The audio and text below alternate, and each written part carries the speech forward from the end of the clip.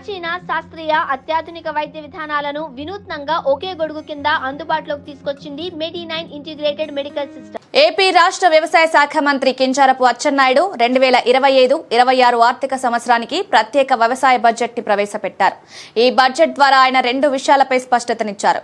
ఈ ఆర్థిక సంవత్సరంలో అన్నదాత సుఖీభవ పథకాన్ని ప్రారంభించి ప్రతి రైతుకి 20,000 రూపాయల చొప్పున ఇస్తామన్నారు. అయితే ఈ పథకం పీఎం కిసాన్ పథకంతో లింక్ అయి ఉంటుంది. పీఎం కిసాన్ కింద రైతులకు ఇస్తున్న 6,000 రూపాయలు కూడా మిగతా 14,000 రూపాయలను ఏపీ ప్రభుత్వం ఇస్తుందని స్పష్టంగా చెప్పారు. పీఎం కిసాన్ అనేది భూమి ఉన్న రైతులకు మాత్రమే వస్తుంది.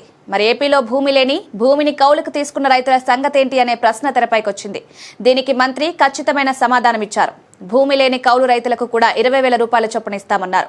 దీనికి పీఎం కిసాన్ తో లింక్ ఉండదు కాబట్టి ఆ రైతులకు ఏపీ ప్రభుత్వమే పూర్తిగా 20,000 రూపాయలు ఇస్తుందన్నారు.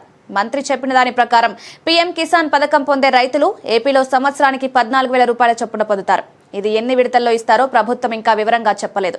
త్వరలో దీనిపై విధి విధానాలు, పూర్తి వివరాలను ప్రభుత్వం చెప్తోంది. కౌలు రైతులు సంవత్సరానికి 20,000 రూపాయల చొప్పున పొందుతారు. ఈ డబ్బును కూడా ఎన్ని విడతల్లో ఇస్తారో ప్రభుత్వం ఇంకా చెప్పలేదు. ఏపీ ప్రభుత్వం 2025-26 సంవత్సరానికి అన్నదాత సుఖీభవ పథకానికి 9,400 కోట్ల రూపాయలు కేటాయించింది. పీఎం కిసాన్ కింద మనీ పొందుతున్న రైతులు ఏపీలో 41,77,423 మంది ఉన్నారు. వారికి ఒక్కొక్కరికి 14,000 రూపాయల చొప్పున ఇవ్వాలంటే దాదాపు 6,000 కోట్ల రూపాయలు కావాలి. ప్రభుత్వం అంతకంటే ఎక్కువే కేటాయించింది. ఎందుకంటే కౌలు రైతులకు కూడా ఇవ్వాలి కదా. బాగానే ప్లాన్ చేసిందనుకోవచ్చు.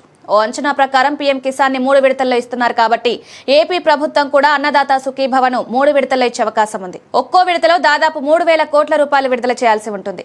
అంటే ఏప్రిల్లో ఈ పథకాన్ని అమలు చేస్తే తొలి విడతగా 3,000 కోట్లను రిలీజ్ చేసి ఏ రైతులకు ఎంత చొప్పునిస్తుందో చెప్పాల్సి ఉంటుంది.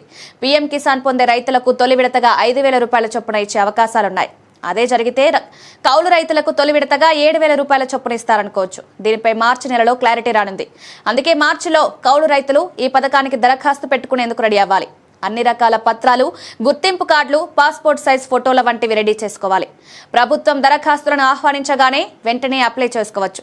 ఈసారి బడ్జెట్లో వ్యవసాయానికి కేటాయింపులు బాగానే ఉన్నాయి.